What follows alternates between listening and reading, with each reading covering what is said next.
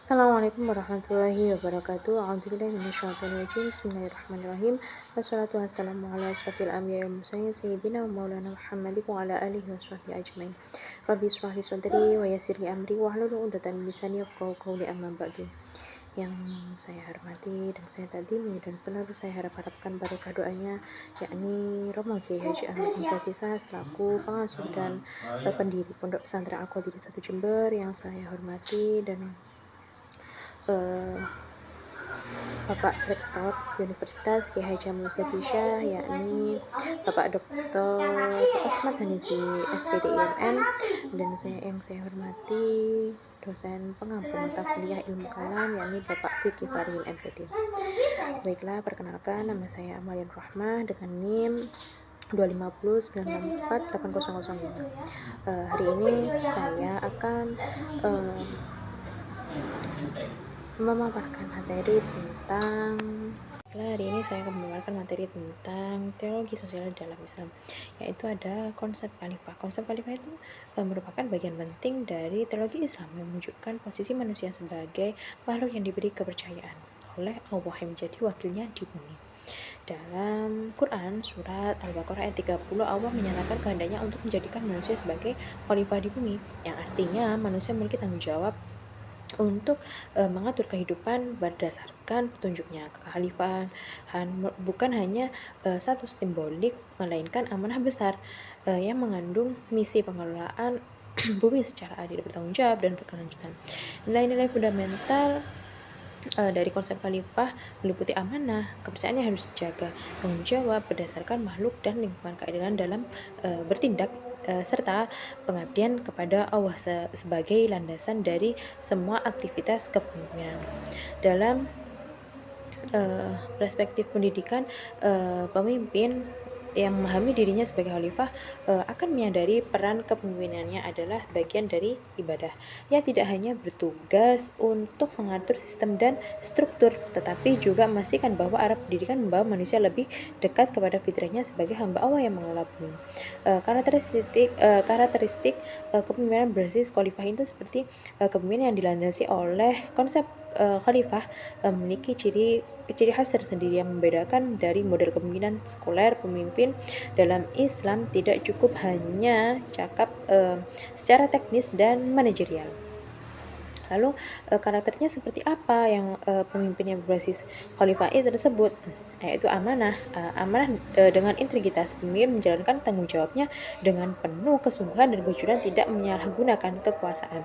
Yang kedua, yakni menjadi teladan yang berakhlak dan spiritual. Pemimpin adalah role model yang mencerminkan nilai-nilai Islam dalam perkataan dan perbuatan. Yang ketiga, mengutamakan kemaslahatan umat. Kepemimpinannya diarahkan untuk kepentingan bersama, jadi bukan untuk kepentingan pribadi atau kepentingan berkelompok. Yang keempat, yaitu bersikap adil. Sebagai pemimpin itu harus adil. Pemimpin yang bertindak objektif, tidak memihak, dan mempertimbangkan setiap keputusan dengan prinsip keadilan. Karakter ini meneladani kepemimpinan Rasulullah SAW yang tidak hanya efektif memimpin negara dan masyarakat, tetapi juga berhasil membentuk generasi berkarakter kuat. Maka dari itu, pemimpin pendidikan Islam harus meniru pola tersebut untuk mewujudkan lembaga yang bukan hanya unggul secara akademik, tapi juga kokoh dalam nilai. Lalu tanggung jawab manusia. Tanggung jawab manusia itu kesadaran manusia atau tingkah laku, perbuatan yang disengaja maupun tidak disengaja. Tanggung jawab itu juga perbuatan sebagai wujud kesadaran dan akan kewajibannya. Tanggung jawab itu berkaitan erat dengan kewajiban. Kewajiban adalah sesuatu yang dibebankan terhadap seseorang. Kewajiban merupakan bandingan terhadap hak dan dapat juga tidak mengacu terhadap hak dan tanggung jawab. Dalam hal ini ada tanggung jawab terhadap kewajiban, tanggung jawab sebagai manusia, sebagai abduwah atau hamba Allah. Peran manusia sebagai abduwah merupakan realisasi dari amanah, arti memelihara beban tugas-tugas kewajiban dari Allah yang harus dipatuhi.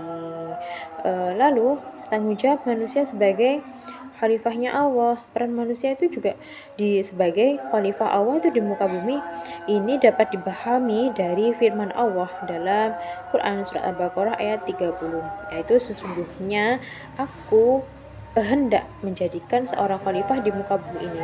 Mereka berkata, mengapa engkau hendak menjadikan khalifah di muka bumi yang akan membuat kerusakan, penumpahan darah, padahal kami senantiasa bertasbih dan memuji Engkau dan mensucikan Engkau. Tuhan berfirman itu seperti ini, sesungguhnya Engkau mengetahui apa yang tidak kamu ketahui. Jadi Allah itu sudah tahu apa yang tidak kita ketahui, seperti itu. Lalu tanggung jawab dan tugas khalifah di muka bumi, seperti tanggung jawab terhadap diri sendiri, tanggung jawab terhadap keluarga, tanggung jawab terhadap masyarakat, serta tanggung jawab terhadap alam. Tanggung jawab kepada diri sendiri itu seperti apa? Menuntut ilmu, berpengetahuan, karena manusia itu makhluk yang dapat dan harus dididik atau diajar, mampu mendidik juga mampu mengajarkan sesuatu. Lalu tanggung jawab kepada keluarga itu seperti apa? Keluarga meliputi tugas membentuk rumah tangga bahagia, sejahtera, dan keluarga yang sakinah dan mawaddah warahmah, penuh cinta, penuh kasih sayang, seperti itu. Lalu ada tanggung jawab terhadap masyarakat. Peran tanggung jawab terhadap manusia itu meliputi mewujudkan persatuan dan kesatuan, tolong menolong, saling berbuat baik, dan menegakkan keadilan dalam masyarakat, serta tanggung jawab amar ma'ruf nahi munkar. Lalu berperilaku terhadap golongan masyarakat itu seperti fakir miskin serta anak yatim yang cacat tubuh serta orang yang berada di bawah penguasaan orang lain. Lalu tanggung jawab terhadap alam, kita bisa membudayakan alam, yakni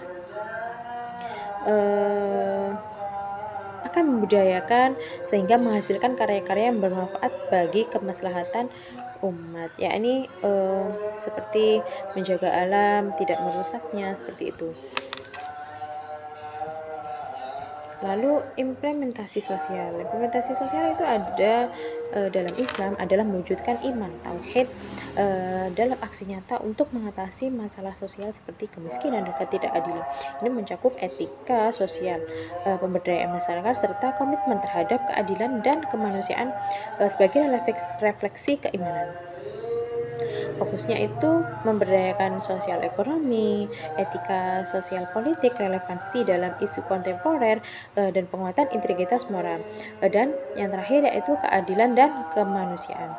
Lalu relevansi dalam masa kini itu, teologi Islam itu masa kini memiliki relevansi yang sangat kuat sebagai basis etika moral dan aksi nyata dalam menghadapi kompleksitas kehidupan modern. Teologi ini bergeser dari sekedar wacana teoretis tentang ketuhanan.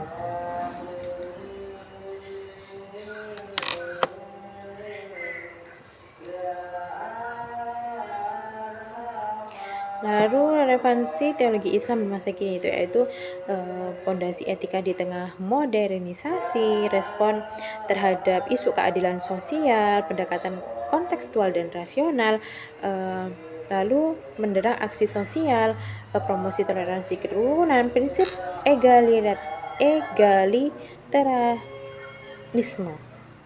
Apa itu? Mengedepankan kesatuan antara Tuhan, manusia, dan alam yang berfokus pada kesetaraan dan keadilan sosial.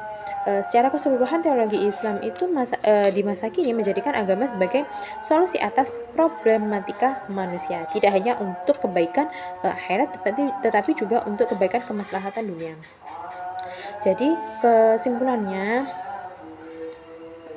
tentang konsep khalifah itu merupakan bagian penting dari teologi Islam yang menunjukkan posisi manusia sebagai makhluk yang diberi kepercayaan oleh Allah Subhanahu wa taala menjadi wakilnya di bumi. Lalu yang kedua, tanggung jawab manusia itu sebagai hamba Allah dan sebagai khalifah Allah. Lalu kesimpulan implementasi teologi Islam itu berfokus pada transformasi iman yang sekedar ritual vertikal manusia antar Tuhan, lalu mencakup penguatan moral individu, menciptakan masyarakat yang adil, toleran, dan humoris, serta teologi pembebasan kaum tertindas, kemiskinan, dan ketidakadilan. Lalu relevansi masa kini tentang teologi Islam itu eh, sangat kuat sebagai basis etika, moral, dan aksi nyata dalam menghadapi kompleksitas kehidupan modern. Teologi ini bergeser dari sekedar wacana teoretis tentang ketuhanan menjadi refleksi keimanan yang didasarkan atas kondisi sosial masyarakat. Demikian pemaparan materi dari saya. Bila mana dalam saya menyampaikan ada kesalahan dan kekurangan, saya mohon maaf yang sebesar-besarnya. Akhir kata, ihdinas siratal mustaqim. Wassalamualaikum warahmatullahi wabarakatuh.